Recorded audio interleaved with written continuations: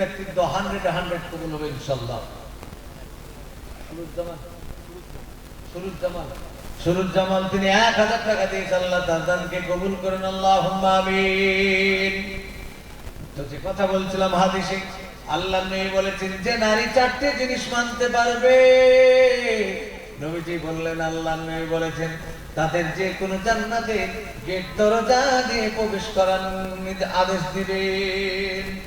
যে কোনো দরজা।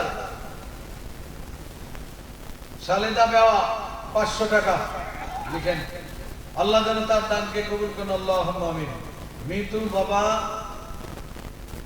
দেখি লিখেছেন মলে মকসদুল নাকি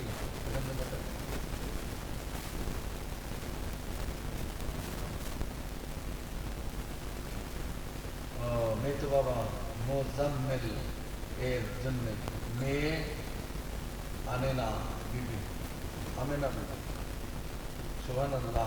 মায়ের আব্বার জন্য 5000 টাকা দান করেছে, আল্লাহ তার 500 টাকা, আল্লাহ তার দানকে কবুল করুন, বলেন আল্লাহুম্মা আমিন। ওহ, মেয়ে দান করছে, আব্বার জন্য দান করেছে, আল্লাহ মুজাম্মিলের জন্য দান করেছে আমিনা বিবি 500 টাকা, আল্লাহ তুমি তার দানকে কবুল করেন, আব্বা আমার কবরটাকে নূরের বাতি জ্বালিয়ে দাও।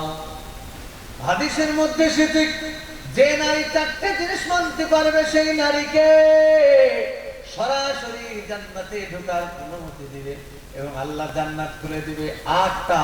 আল্লাহ বলবে 8টার গেট দিয়ে যেটা খুশি সেটাই তুমি পৌঁছে যাও, যেটা হবে সেটা দিয়ে প্রবেশ করো। প্রথম শর্ত হচ্ছে মহিলাদের জন্য আল্লাহ নবী বলেছেন মহিলাকে নামাজ পড়তে হবে। কি করতে হবে? নামাজ পড়তে হবে, কারণ পৃথিবীতে সব চাইতে দামি জিনিস ইসলামী